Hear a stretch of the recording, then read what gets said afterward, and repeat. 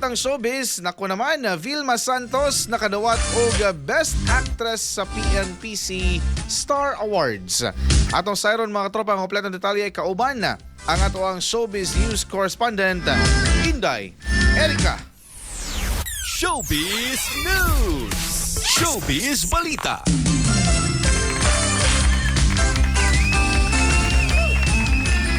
Sa kamayong adlaw nga Miyerkules, mga katropa. Well, mainit-init nga balita, mga maringha. Dako kayo ang pasalamat sa bitiranang aktres nga si Vilma Santos. Kuman siya napili nga Best Actress sa 41st sa PMPC Stars Awards for Movies. Nadawat niya ang ikanapulo nga Best Actress Award sa PMPC alang sa pelikulang Uninvited.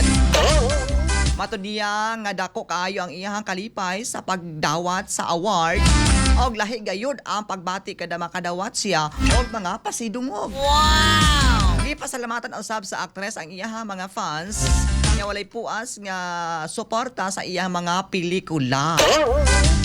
Grabe na kaayo ni si Ate V. Mura siya og murag kaedad dami ha, pero murag apura ko ani ay.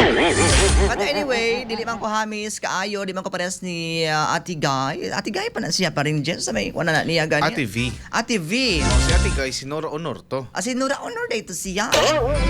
Ay nako, ako ni si Maring Inday Erica, di man ko gwapa, di man ko mistesa. Di man ko parehas ni Ate V, pero ayaw ka mo kapiyan sa sigma ako na mo. Bye-bye!